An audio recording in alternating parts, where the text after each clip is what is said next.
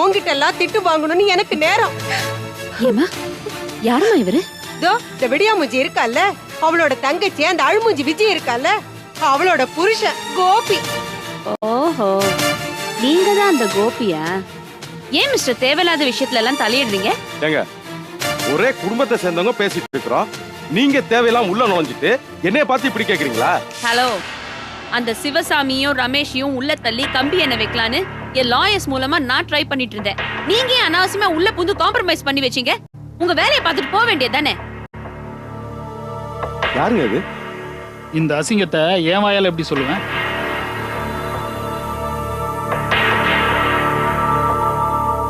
ஓஹோ, என்ன ஓஹோ? நாளைக்கு அந்த ரமேஷ் மறுபடியும் பிரச்சனை பண்ணா என்ன பண்ண முடியும்? ரொம்ப உணர்ச்சி வசப்படுவீங்க போல இருக்கே. மாணிக்கத்தையும் சந்தோஷையும் பேல்ல எடுத்தவன் நான். அந்த ரமேஷ் பையல தலை தூக்க விடாம 5-6 வருஷம்